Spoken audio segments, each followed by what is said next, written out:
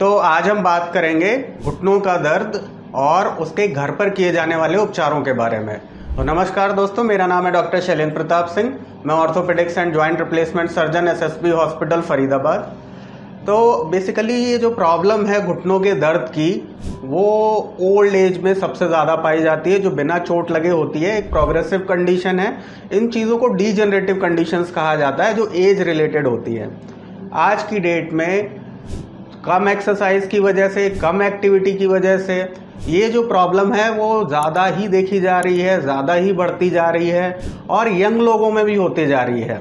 तो पहले जो एज ऑफ ऑनसेट काफ़ी ज़्यादा रहता था, वो आजकल हमने देखा कि 40 साल में, 45 साल में भी लोगों के घुटने घिस जा रहे हैं, टेढ़े हो जा रहे हैं, दर्द होना चालू हो जाता है, सीधे चल नहीं पा रहे हैं, चाल टेढ़ी हो जा रही है।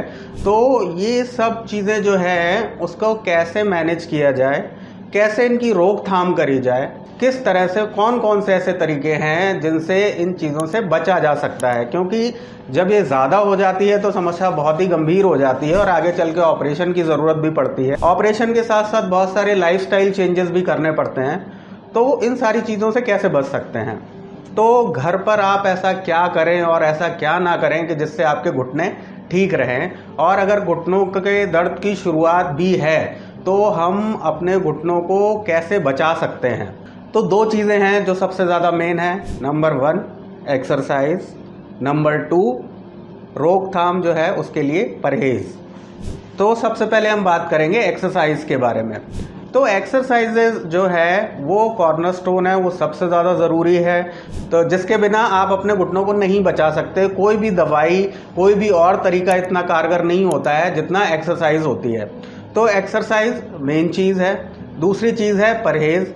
परहेज किस चीज़ का करना है अगर ये इस तरह की समस्याएं स्टार्ट हो गई हैं तो सबसे पहली चीज़ जो हम मना करते हैं कि नीचे बैठना बंद करिए। ज़मीन पर नहीं बैठना है, ना ही आलथी पालथी मार के बैठना है, ना ही उकड़ू बैठना है।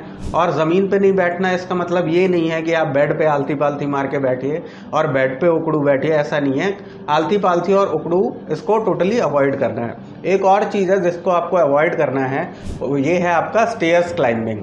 क्योंकि स्टेयर्स हम ऐसा मान के चलते हैं कि हमारी एक्सरसाइज हो रही है स्टेयर्स चढ़ने में और हमारा हार्ट ठीक रहेगा, हमारी बॉडी ठीक रहेगी। वो सारी बातें अपनी जगह पे ठीक है, लेकिन स्टेयर्स क्लाइंबिंग घुटनों के लिए अच्छा नहीं होता है। तो हमें लिफ्ट का यूज़ करना है अगर हमारे घुटनों में प्रॉब्लम है तो। और प्रिकॉशंस दूसरी जो मैंने बताई वो। तो एक्सरसाइज कौन सी है जो बहुत ज़्यादा इफ़ेक्टिव हैं? तो डेली यूज़ में हम बोलते हैं अगर आप एक्सरसाइज अलग से कोई नहीं करना चाहते हैं तो साइकिलिंग एक बहुत ही अच्छी एक्सरसाइज है घुटने के लिए। साइकिलिंग से आपकी सारी पूरी बॉडी की भी एक्सरसाइज होगी और दूसरा आपके घुटनों की एक्सरसाइज तो होगी ही होगी। उसके बाद जो दूसरी एक्सरसाइज है, अगर हम साइकिलिंग किसी कारणवश नहीं कर पा रहे हैं तो उसके लिए जो है आप चेयर पे बैठ के या बेड पे बैठ के आपको एंकल अपनी तरफ पुल करना है और अपने लेग को स्ट्रेट करके उसको होल्ड करके रखना है 10 सेकेंड्स के लिए। और एक बार में एक ही पैर की एक्सरसाइज करनी है। जब आपके 10 सेकेंड्स हो जाते हैं तब फिर आप दूसरा पैर उठाएंगे और इस प्रोसेस को रिपीट करना है 10 to 15 टाइम्स।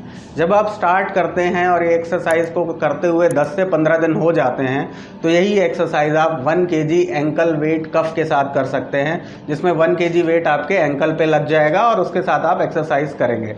जब आपकी मसल स्ट्रांग होंगी तो आपके घुटनों पे लोड कम आएगा और घुटने आपके कम घिसेंगे। तीसरी चीज़ जो है एक्सरसाइज और परहेज के अलावा, वो है आपका वेट। अगर आपका वेट कम है, आपका वेट चेक में है, आपका body mass index acceptable level पे है, तो आपके घुटनों पे लोड कम आएगा और घुटनों पे लोड कम आएगा तो जो है घुटने आपके कम घिसेंगे।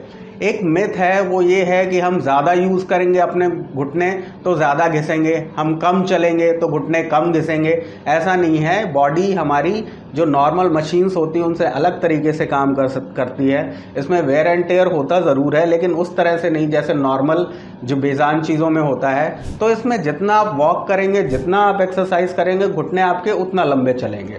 तो क्रक्स जो है इस सारे डिस्कशन का वो ये है, नंबर 1 एक्सरसाइज करनी है, नंबर 2 परहेज रखना है, नीचे नहीं बैठना, आलती पालती उकड़ू बैठना अवॉइड करना है, स्टेयर्स अवॉइड करनी है, और तीसरा अपनी बॉडी को हेल्दी रखना है। जो वेट रेंज है वो हमारा हेल्दी वेट रेंज में आना चाहिए, जिससे कि हमारे घुटनों पे लोड कम आएगा।